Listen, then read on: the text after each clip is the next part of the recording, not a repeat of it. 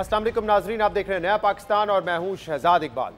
Supreme court में आज जजेस की तैनाती के लिए कल जुडिशल कमिश्नर ऑफ पाकिस्तान का इजलास होने जा रहा है, मगर इस इजलास से पहले साथी जजेस और जुडिशल कमिश्नर ऑफ पाकिस्तान के अरकान के खतूत आने का सिलसिला जारी है, जिसमें chief justice Pakistan justice Yahya Afridi से कमीशन का इजलास मौखर करने की दरख्वास्त की जा रही है।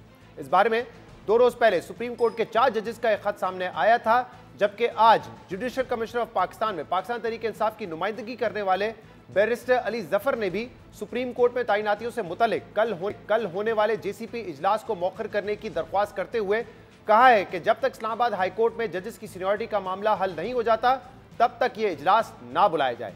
इसके अलावा सुप्रीम कोर्ट में तैयारात के केस में आईनी बेंच के रुकन जस्टिस मोहम्मद अली मजहर ने 20 सफ़ात पर मुश्तमिल नोट जारी किया है, जिसमें उन्होंने लिखा है कि कवानीन के आईनी होने या ना होने का जायजा सिर्फ आईनी बेंच ही ले सकता है। किसी रेगुलर बेंच के पास आईनी तशरीह का इख्तियार नहीं। 26वीं तरमीम इस वक्त आइन का हिस्सा है और इस तरमीम को पार्लियामेंट या सुप्रीम कोर्ट का फैसला ही खत्म कर सकता है। दूसरी तरफ IMF प्रोग्राम के जायजे के लिए IMF के जायजा मिशन की मार्च के पहले हफ्ते में पाकिस्तान आमद मुतवक्को है, जिसके बाद पाकिस्तान को $1 अरब की दूसरी किस्त जारी होने का फैसला होगा। मगर इस जायजा मिशन की आमद से पहले IMF ने करप्शन और गवर्नेंस समेत मुख्तलिफ कानूनी अमूर का जायजा लेने के लिए अपना एक और मिशन पाकिस्तान भेज दिया है। और जियो न्यूज़ के नुमाइंदे अशरफ मेलखम की खबर के मुताबिक Pakistan governance and corruption diagnostic assessment के उन्वान से आने वाले ये मिशन जजों की तकर्रुरी और अदलिया की आज़ादी का जायजा लेने में मसरूफ है, जबकि मिशन कानून की हुक्मरानी, एंटी करप्शन, गवर्नेंस और मनी लॉन्ड्रिंग समेत दीगर अमूर का भी जायजा लेगा।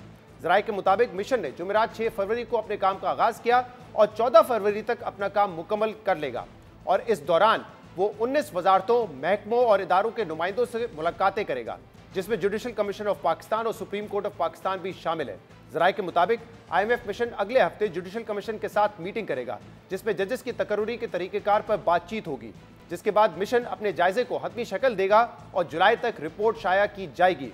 ज़राए का कहना है कि $7 अरब मुआहदे के तहत पाकिस्तान गवर्नेंस की मुकम्मल रिपोर्ट शाया करने का पाबंद है, जबकि IMF का ये मिशन ऐसी रिपोर्ट्स दुनिया भर के ममालिक के लिए मुरतब करता रहता है।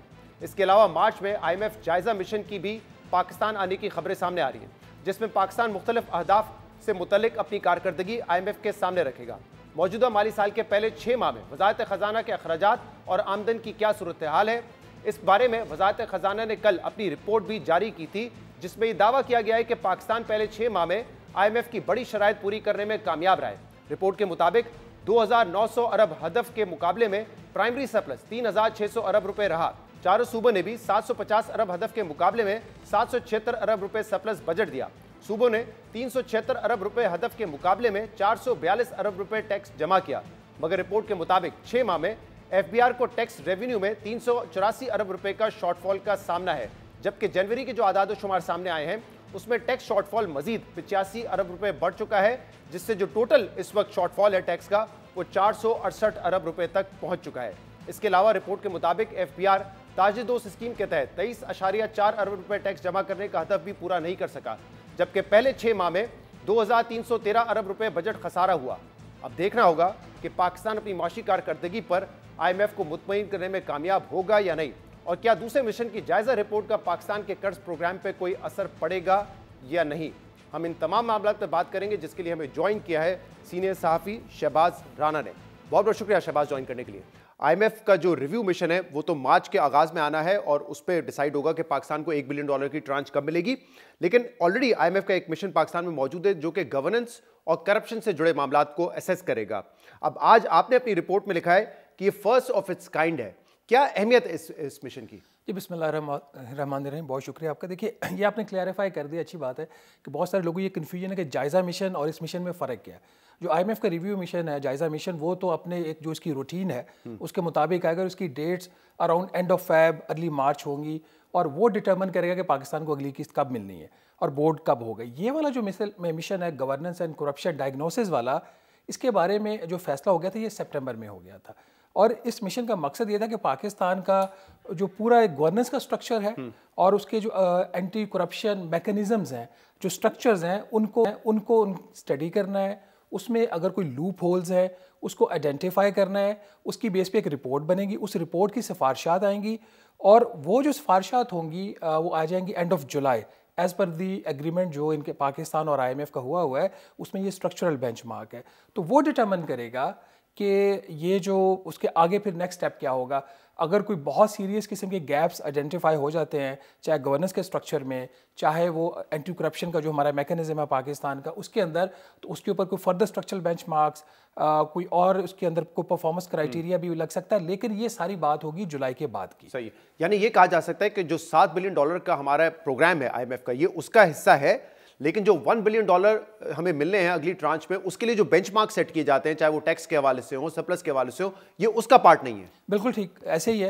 ये $7 अरब के जो प्रोजेक्ट हमारा जो प्रोग्राम है उसका ये हिस्सा है। उसकी जो तकरीबन 40 शराइत तय हो चुकी हैं, उसमें से एक शर्त ये भी है, ये जो मिशन आएगा, जायजा मिशन, इसके अलहदा होगा, उसके जो चीफ होंगे नेथन पोर्टर होंगे। इस मिशन के चीफ भी नेथन पोर्टर नहीं है। तो ये एक डिफरेंट, ऑल टुगेदर डिफरेंट एक उनका मिशन है। और इस किस्म का और मिशन भी हो सकता है। आपको पता है टैक्सेशन से रिलेटेड, बावजूद इसके कि टैक्सेशन जो है आपके ओवरऑल पैकेज का हिस्सा है, टैक्सेशन के ऊपर भी उनके मिशन आते रहे हैं। आप इसको ऐसे असेस कर लीजिए कि जब स्टेट बैंक ऑफ पाकिस्तान के कवानीन में तरमीम आई थी 2021 में, उससे पहले भी एक मिशन पाकिस्तान आया था। वो जो मिशन आया था उसने अपनी एक रिपोर्ट दी थी। उस रिपोर्ट की बेस के ऊपर स्टेट बैंक ऑफ पाकिस्तान का जो कानून था उसमें फिर PTA की गवर्नमेंट ने तरमीम की थी। तो ये उसी किस्म का ये भी एक मिशन आप इसको समझ सकते हैं। ये अपनी रिपोर्ट देगा। इस रिपोर्ट को लाइट नहीं लिया जाएगा। लेकिन वो जो स्टेट बैंक ऑफ पाकिस्तान के कवानीन में तरमीम थी, वो तो मेक और ब्रेक बन गया था एक तरीके से। एग्जैक्टली। तो अगर यहाँ पे कोई मेजर चीज आइडेंटिफाई हो जाती है, कोई लैप्स आइडेंटिफाई हो जाता है, जुडिशियल साइड के ऊपर हो जाता है, किसी और साइड के ऊपर हो जाता है, क्योंकि एक और जो चीज़ इसके ऊपर आज बात ज़्यादा नहीं हो रही और जो इस मिशन का फोकस होगा वो है मनी लॉन्ड्रिंग और combating of financing of terrorism. वो भी इसके प्रीव्यू में आता है। और जो मैंने इनकी चीज़ें देखी हैं उसमें वो दो चीज़ों के ऊपर फोकस कर रहे हैं। एक तो बाहर से जो पाकिस्तान को मनी लॉन्ड्रिंग की इन्फॉर्मेशन मिल रही है, हो सकता है दुबई से मिल रही हो, OECD के प्लेटफॉर्म से मिल रही हो, फिर डोमेस्टिक जो यहाँ पे करप्शन हो रही है, डोमेस्टिक मनी लॉन्ड्रिंग हो रही है, उसको ये फोकस करेंगे। तो अगर ये सारी चीज़ें जब ये रिव्यू कर लेंगे, उसकी बेस पे अगर कोई मेजर सीरियस गैप्स हुए जिसकी बेस के ऊपर अगर कोई कानून भी आपको चेंज करना पड़ा, तो ये रिकमेंड कर सकते हैं। तो इस मिशन को ये कहकर कि ये उस हमारा जो ओवरऑल जो अगला $1 बिलियन वाला मिशन आ रहा है उसका कोई ताल्लुक नहीं है, इसका मतलब ये नहीं कि इसकी अहमियत नहीं है। इसकी अहमियत नहीं है, ये नहीं है, बहुत ज़्यादा है। ओके, अब मुझे ये बताइएगा, क्योंकि आपने भी, जैसे मैंने पहले अपने सवाल में कहा कि आपने लिखा है फर्स्ट ऑफ इट्स काइंड है, तो क्या ये एक प्रैक्टिस रही है? क्योंकि जब IMF का नाम आता है, सबको पता है कि यार लैंडिंग अथॉरिटी है, हमने उसके जो फाइनेंशियल बेंचमार्क्स है पूरे करने ताकि हमें कर्ज मिलता रहे। अब क्या IMF का ये मैंडेट बनता है कि वो रूल ऑफ लॉ को देखे, पाकिस्तान में गवर्नेंस या करप्शन के मामलों को देखे? तो ये यूजुअल है या अनयूजुअल है? देखिए, जो गवर्नेंस और करप्शन की जो चीज़ें हैं ना, इसको देखना अनयूजुअल नहीं है, क्योंकि लिंक्ड है आपकी इकोनॉमी के साथ। लिंक्ड है। और दूसरी बात ये है कि जो 2019 का भी पाकिस्तान और IMF का प्रोग्राम था जिसको PTI ने साइन किया था, उसके अंदर भी गवर्नेंस से रिलेटेड चीज़ें थीं। हाँ, ये मेरे लिए थोड़े सा जिसमें अनयूजुअल एक चीज़ नज़र आ रही है कि जो जुडिशरी के ऊपर एक फोकस आया है, जो एक या दो मीटिंग्स जितनी भी होती हैं, लॉ मिनिस्ट्री के साथ एक मीटिंग है जिसमें इन चीज़ों को देखेंगे, और फिर जो अब जुडिशल कमीशन के साथ मीटिंग होती है या सुप्रीम कोर्ट ऑफ पाकिस्तान के साथ, ये दोनों मीटिंग्स एक ही प्लेटफॉर्म के ऊपर हो जाती हैं।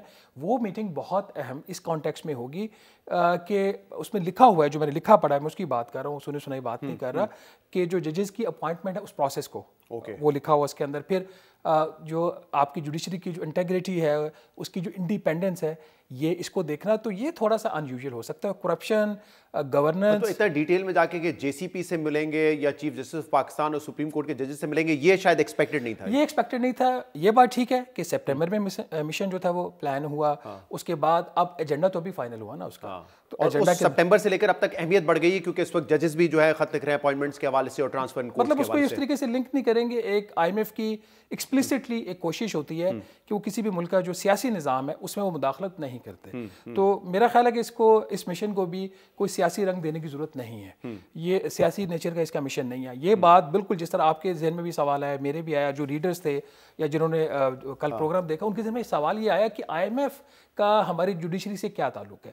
तो इसका लिंक इस तरीके से बनता है कि जो गवर्नेंस होती है, गुड और बैड गवर्नेंस में ये सारी चीज़ें फिर आती हैं। अगर आपके जजेस के अपॉइंटमेंट का, मुझे नहीं पता कि ठीक है या गलत है, मैं इसमें एक्सपर्ट नहीं हूँ, बट लेट्स से अगर कोई उसमें कुछ चीज़ आइडेंटिफाई कर लेते हैं कि इनकी इंडिपेंडेंस जो है वो कॉम्प्रोमाइज, वो they can raise a question, but that question will not be a political question. वो जो सवाल होगा वो होगा टू द एक्सटेंट ऑफ के जी आपका जो गवर्नेंस का स्ट्रक्चर है आपको इसमें ये बेहतरी कर सकते हैं। आपको याद है ना, सॉरी लास्ट पॉइंट इसमें, जो जब स्टेट बैंक ऑफ पाकिस्तान के गवर्नर की अपॉइंटमेंट का इशू आया था तो वो एक बहुत बड़ा एक मसला बन गया था। उन्होंने कहा आप इसको कंप्लीट ऑटोनॉमी देंगे तो ये आपकी यहाँ पे इकोनॉमी को बेहतर रन कर सकते हैं। तो ये सवाल यहाँ पे भी रेज हो सकता है, लेकिन वो सवाल पॉलिटिकल नहीं होगा। ओके, ठीक है। अच्छा, अब जरा आते हैं उस मिशन पे जो कि फेब के एंड या मार्च के बिगिनिंग में होना है, क्योंकि उस पर डिपेंड करेगा कि पाकिस्तान को अगली किस्त मिलती है $1 बिलियन की या नहीं। टैक्स के अलावा जिसमें हम शॉर्टफॉल देख रहे हैं, 7 माह में तकरीबन 468 बिलियन का शॉर्टफॉल है, क्या उसके अलावा तमाम बेंचमार्क्स पूरे हैं? और ये कितना सिग्निफिकेंट होगा पाकिस्तान के लिए कि हमने टैक्स टारगेट अचीव नहीं किया है? ओवरऑल अगर आप देखें ना, हमारी परफॉर्मेंस ना अच्छी है ना बुरी है, मिक्स परफॉर्मेंस है। जो हमारे अहदाफ IMF के साथ तय हुए हैं उसमें टैक्सेशन तो हम सब बात करते हैं, वो सिर्फ 6 माह का रिव्यू करेंगे और फिर अगले भी देखेंगे आगे कितना शॉर्टफॉल आ सकता है पोटेंशियली। तो 6 माह का आपको पता है कोई रफली 384 अरब रुपए का शॉर्टफॉल है। फिर ताजिर जो है, मतलब यहाँ पे तो हुकूमत के पास एक आर्गूमेंट हो सकता है कि पाकिस्तान की इकॉनमी स्लो हो गई थी जी, महंगाई जितनी हमने फोरकास्ट की, महंगाई बढ़ने की रफ्तार उससे कम थी, तो इस वजह से टैक्स कलेक्शन कम हो गई, हमारे कुछ पॉलिसी मेजर्स वो किक इन नहीं हो सके। यहाँ पर तो शायद आपको जस्टिफिकेशन मिल जाए। हुकूमत इस बात की क्या जस्टिफिकेशन देगी कि ताजिर 2 स्कीम से आपने 23.5 अरब रुपए इकट्ठा करना था, शायद 12-13 लाख या 20 लाख रुपए एट बेस्ट आपने इकट्ठा कर लिया होगा। ये एक प्रॉब्लमेटिक एरिया हो सकता है, क्योंकि हुकूमत से रिफॉर्म्स में आ जाता है कि आपने ब्रॉड बेस करना है। बाकी अगर फिस्कल वाली साइड पे देखें, सूबों ने जो कैश सरप्लस दिखाना होता है वो जितना दिखाना उससे ज़्यादा दिखाया, अ गुड पॉइंट। वफाकी हुकूमत ने जितना प्राइमरी बजट का सरप्लस दिखाना था उससे ज़्यादा दिखाया, गुड पॉइंट। फिर सूबे ने जो नेट अपना रेवेन्यू इकट्ठा करना था वो उन्होंने जितना इकट्ठा करना था उससे ज़्यादा, गुड पॉइंट। तो ये 3-4 बहुत अच्छी चीज़ें भी इसके अंदर हैं। मॉनेटरी साइड के ऊपर भी कुछ चीज़ें होंगी जो स्ट्रक्चरल चीज़ें होंगी जहाँ पे मुझे लग रहा है कि इनको प्रॉब्लम आएगा। प्राइवेटाइजेशन के ऊपर 0 progress. Pakistan sovereign wealth fund उसके कानून में तब्दीली करनी थी, 0 प्रोग्रेस। इसी तरीके से और ट्रांसपेरेंसी से 3-4 और चीज़ें जुड़ी हुई हैं, उसके ऊपर प्रोग्रेस नहीं हुई। तो हुकूमत के लिए मैं ये नहीं देख रहा कि मिक्स परफॉर्मेंस है, आप कह रहे हैं मुझे इतना बड़ा प्रॉब्लम नजर नहीं आ रहा। बेंचमार्क के हवाले से मिक्स परफॉर्मेंस है, बुरी परफॉर्मेंस नहीं, इसलिए आप कह रहे हैं कि कोई ऐसा प्रॉब्लम नहीं नजर आ रही। टैक्सेशन के हवाले से क्या हम कोई रिव्यू में जाना चाह रहे हैं कि जो टारगेट है उसको नीचे करें, या कोई नया बजट लाने की कोशिश होगी फिर हमारी? देखिए, अगर तो IMF के प्रोग्राम के ऊपर जाए ना तो स्ट्रिक्टली अगर वो उसकी आप स्ट्रिक्टली बात करते हैं तो फिर तो मिनी बजट है। लेकिन वज़ीर-ए-आज़म शहबाज शरीफ साहब इस चीज़ को रूल आउट कर चुके हैं ट्वाइस अ टाइम, उन्होंने कहा जी कि मैं मिनी बजट नहीं लाने के हक में, आप अपनी जो इन्फोर्समेंट है उसको बेहतर करें।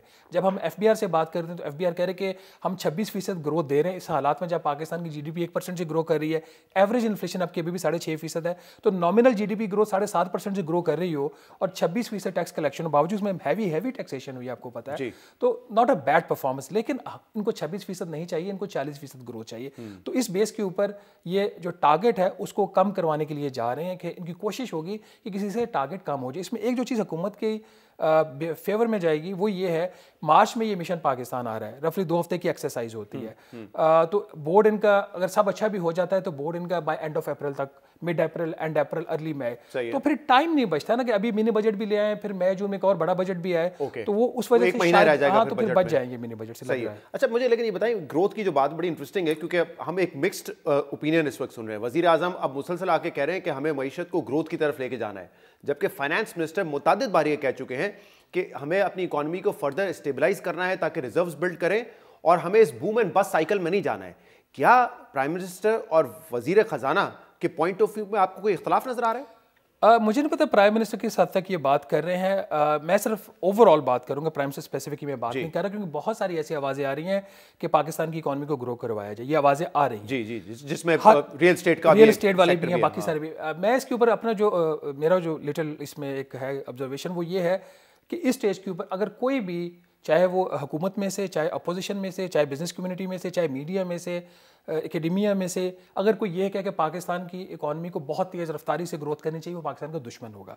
उसकी वजह यह है कि पाकिस्तान की इकॉनमी के फंडामेंटल्स ठीक अभी भी नहीं हैं। हमें दिवालिया होने की आवाज़ इसलिए नहीं आ रही कि चीन रोल ओवर कर देता है, IMF की छतरी ऊपर है, सऊदी अरब भी रोल ओवर कर देता है, मुत्तहिदा अरब अमारात भी कर देता है। जब ये छतरी हट जाएगी तो फिर दिवालिया वाली बातें शुरू हो जाती हैं। तो इस स्टेज के ऊपर पहले इकोनॉमिक फंडामेंटल्स को ठीक कर लीजिए, उसके बाद ग्रोथ की। और अभी तो हम IMF के प्रोग्राम के पहले साल में, IMF के प्रोग्राम में अगर आप होते हैं, आपको पता है कि ग्रो करना इस तरीके से तेज रफ्तारी से बड़ा मुश्किल हो जाता है, क्योंकि उनके जो चेक्स एंड बैलेंसेस होते हैं वो भी इस किस्म के हैं। तो ज्यादा से ज्यादा आखिरी क्वार्टर हो अगर IMF प्रोग्राम का, या IMF प्रोग्राम के बाद ये ज्यादा मुमकिन होता है। देखिए, इसमें जो असल बात जो इस वक्त ना हुकूमत के ऊपर जो प्रेशर आया वो रियल एस्टेट सेक्टर के ऊपर आया हुआ है। ये वज़ीर-ए-आज़म शहबाज शरीफ साहब का एक इम्तहान है। सैलरीड क्लास इससे बुरी कोई क्लास पाकिस्तान में इस वक्त जो पिसी हुई है वो नहीं है। सैलरीड क्लास के लिए तो कोई कोई कुछ सोचने को तैयार नहीं है। रियल एस्टेट को वो प्लॉटों का कारोबार करते हैं जिसमें मेरा आपका इकोनॉमी का कोई फायदा नहीं है, 2 इंडिविजुअल्स का फायदा है, उसको रिलीफ देने की बात कर रहे हैं। जहां पे रिलीफ देनी चाहिए वहां इसलिए नहीं दे रहे जी, IMF का प्रोग्राम है। तो अगर रियल एस्टेट सेक्टर को उन्होंने रिलीफ दी तो इन्होंने जो कुछ टाइटनिंग की थी रियल एस्टेट सेक्टर की थ्रू टैक्सेशन, उसके असरात ज़ायल होंगे। जब उसके असरात खत्म होंगे तो फिर स्पेकुलेटिव ग्रोथ होगी, वो पाकिस्तान का नुकसान करेगी। बहुत बहुत शुक्रिया, बहुत बहुत शुक्रिया शहबाज राना। हमारे प्रोग्राम में एक ब्रेक शामिल करते हैं, मजीद बात करेंगे। Stay with us.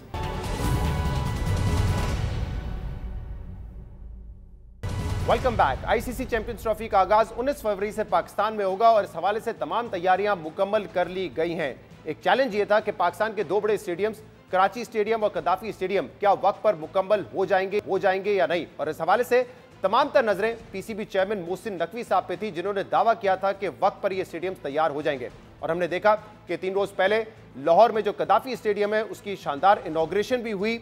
और जो तमाशाई कल मैच देखने गए थे उन्होंने भी ये कहा कि जो व्यू है अब ग्राउंड का वो पहले से बहुत बेहतर हो चुका है। एक और अहम बात हमने देखी थी इस इनॉग्रेशन के मौके पे कि जो पीसीबी के पिछले 4 चेयरमैन थे वो इस इनॉग्रेशन में मौजूद थे। आमतौर पे हम देखते हैं कि इन चेयरमैन के दरमियान इख्तलाफात बहुत थे, एक दूसरे पे तनकीद करते थे, लेकिन पीसीबी चेयरमैन मोहसिन नकवी ने इन तमाम को यूनाइट किया इस मौके पे जहां पे पाकिस्तान ऑब्वियसली ज़्यादा अहम है। और हमने देखा कि ये चारों जो चेयरमैन है जिसमें रमीज़ राजा, नजम सेठी, ज़का अशरफ, वहाँ पे मोहसिन नकवी साहब के साथ मौजूद थे। इसी तरह जो कराची स्टेडियम है उसकी इनॉग्रेशन अब 11 फरवरी को होनी है और फिर 19 तारीख को जो है पहला मैच होगा Pakistan versus New Zealand ICC champions trophy का। लेकिन जो टीम सिलेक्शन है उस हवाले से सवाल उठाए जा रहे हैं कि क्या पाकिस्तान की टीम ऐसी है कि वो फाइनल में पहुंच सके या ये टूर्नामेंट जीत सके। और कंसर्न्स ये शो किए जा रहे हैं कि जो ओपनिंग है हमारी वो साइम अयूब के बाद इस वक्त सिर्फ एक ओपनर है, फ़खर जमान। कल बाबर आजम ने ओपन किया। मिडिल ऑर्डर कहा जा रहा है कि इनएक्सपीरियंस्ड है और एक स्पिनर हमारे पास है। तो इस पर हम मजीद बात करेंगे, जिसके लिए हमें ज्वाइन किया पाकिस्तान के फॉर्मर टेस्ट कैप्टन राशिद लतीफ़ ने और इसके अलावा हमें ज्वाइन कर रहे हैं पाकिस्तान के टेस्ट प्लेयर अहमद शहजाद। आप दोनों का बहुत बहुत शुक्रिया ज्वाइन करने के लिए। राशिद लतीफ़ साहब, तैयारियां तो हमारी मुकम्मल हैं जहां तक ग्राउंड की बात है, लेकिन क्या टीम हमारी तैयार है? क्योंकि कुछ क्रिटिसिज्म हो रहा है कि इस वक्त जो ओपनर है पाकिस्तान के पास वो सिर्फ एक है। बाबर आजम को मेकशिफ्ट ओपनर आपने बनाया है। हमारा मिडिल ऑर्डर इनएक्सपीरियंस है और सिर्फ एक स्पिनर है। क्या आपको लग रहा है कि टीम कमजोर है या फिर जो हमने फतह हासिल की साउथ अफ्रीका में और ऑस्ट्रेलिया में उसके बाद जो स्क्वाड है वो एक रिलायबल स्क्वाड है हमारा? नहीं, जीतने हारने की बात नहीं है, तैयारी मुकम्मल लग नहीं रही है पाकिस्तान क्रिकेट टीम की। जिस तरह से हम लोग काफ़ी शोज हो चुके हैं, बातें हो चुकी हैं, यही बात हो रही है कि जो प्लेयर्स हम तैयार कर रहे थे वो हमने ड्रॉप कर दिए और हम फिर एक बाहर से प्लेयर लेके आ गए। फ़खर जमान बनते थे कि फ़खर जमान को टीम में होना चाहिए था, उनके साथ ज्यादती हो रही थी काफ़ी टाइम से और वो बहुत पहले लास्ट अपना ओडीआई खेले हुए थे। तो फ़खर जमान के अलावा जो आपकी सिलेक्शन है वो दूर दूर तक खिलाए नहीं। या तो आपकी तैयारी होती कि हमें इनको खिलाना है तो ऑस्ट्रेलिया से लेके साउथ अफ्रीका आप लेके जाते, हम लेके नहीं गए।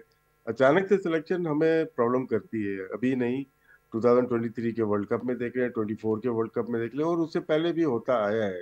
तो शायद ऐसा लग रहा है कि हम कहीं गुम से गए। शायद हमारे बहुत ज्यादा चेयरमैन चेंज होते हैं, सिलेक्शन कमेटी चेंज होती है, कैप्टन भी चेंज होने लगे। तो मेरे ख्याल से ठीक तरीके से फोकस नहीं है इस वक्त, जिसकी वजह से प्रॉब्लम नजर आ रही है। सही। राशिद भाई, इसमें थोड़ा एलैबोरेट भी कीजिएगा कि कौन से प्लेयर्स ऐसे मिडिल ऑर्डर में मिसिंग है जो कि साउथ अफ्रीका या ऑस्ट्रेलिया में थे। एक तो इरफान नियाजी साहब थे, उनको ड्रॉप कर दिया गया है। इसके अलावा आपको लग रहा है मेजर चेंजेस हैं?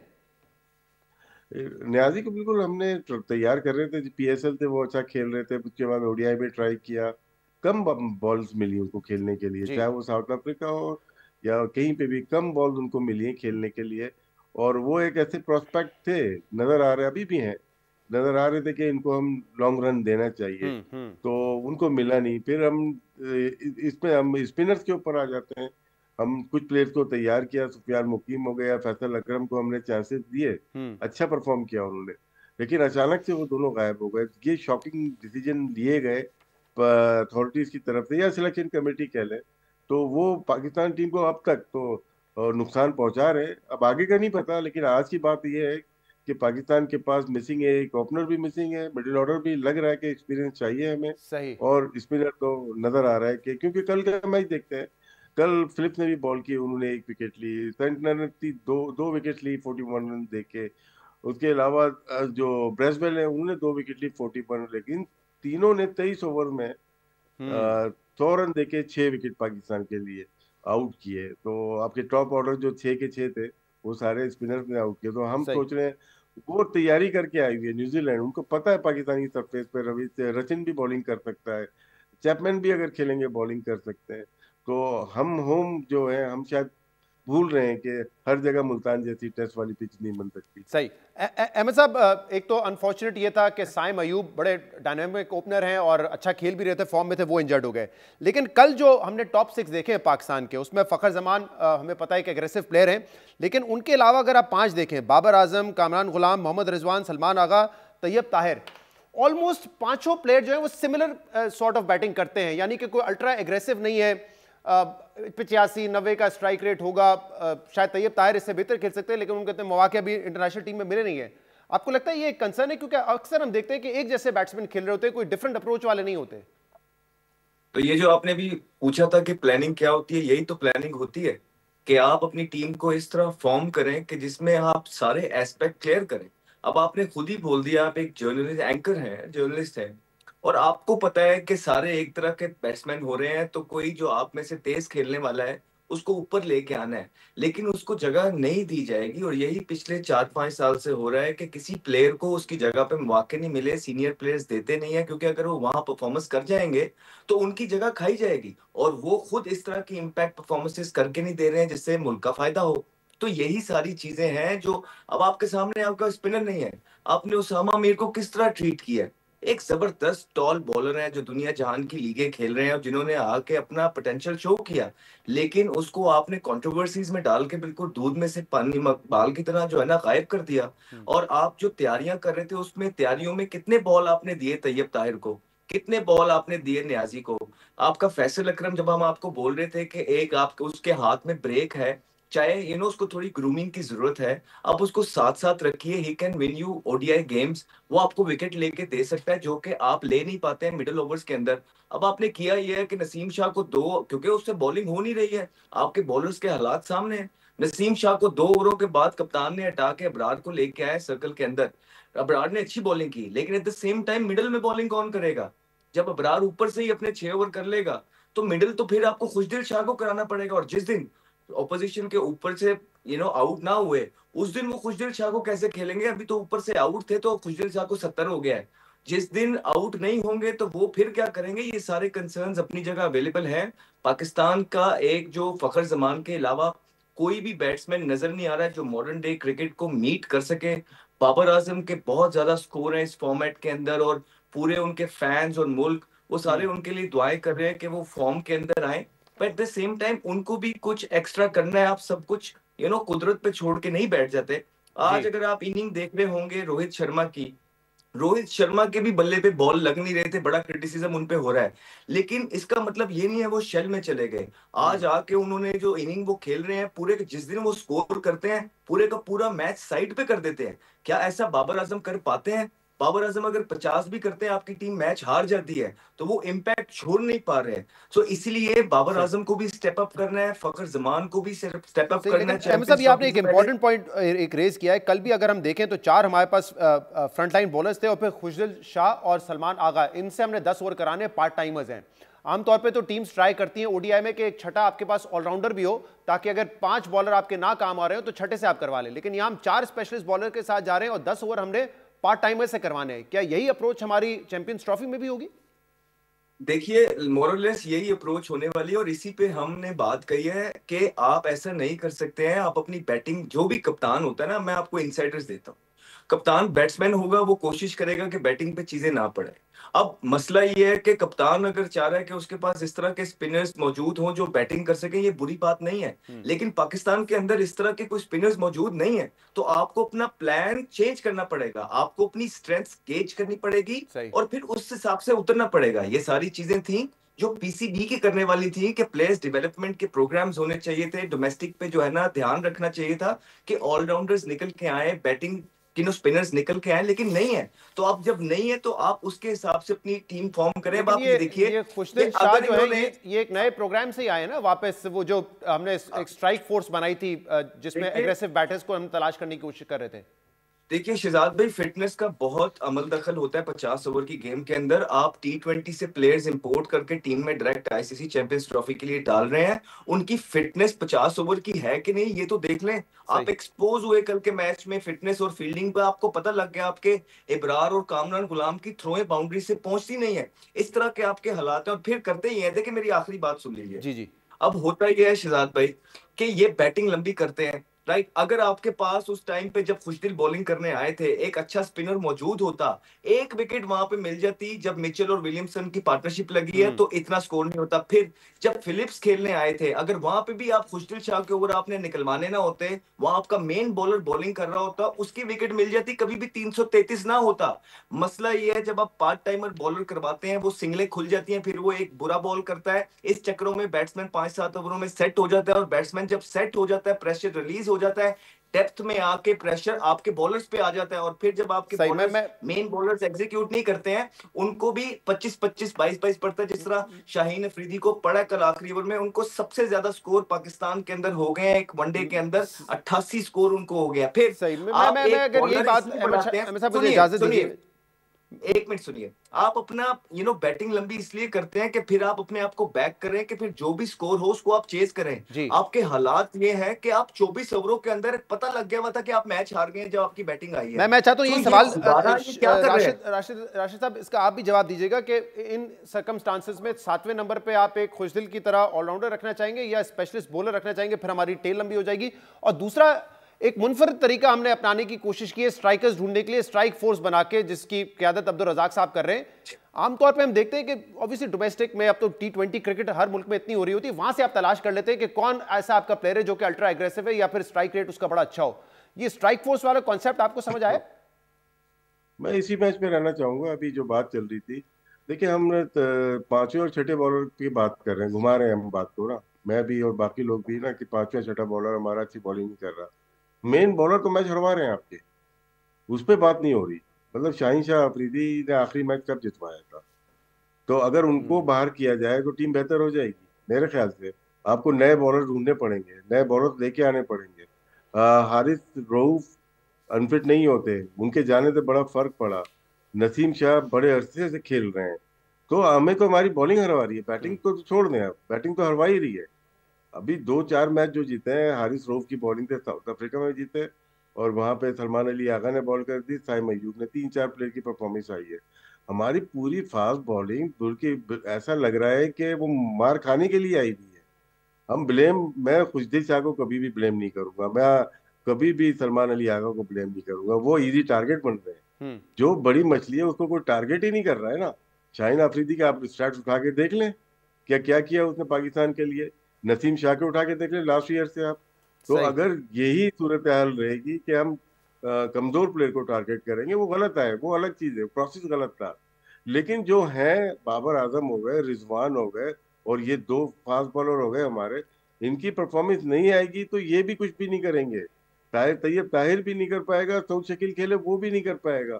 आपके मेन प्लेयर जो जब तक नहीं करेंगे उनको खड़ा होना पड़ेगा। जैसे अभी अहमद ने बात की बड़ी अच्छी, रोहित शर्मा की, आज बैटिंग कर रहा था, पता चल रहा था कि यार एक बैट्समैन बैटिंग कर रहा है अंडर प्रेशर जी। उस पर जितना प्रेशर है तो इनके ऊपर तो है नहीं।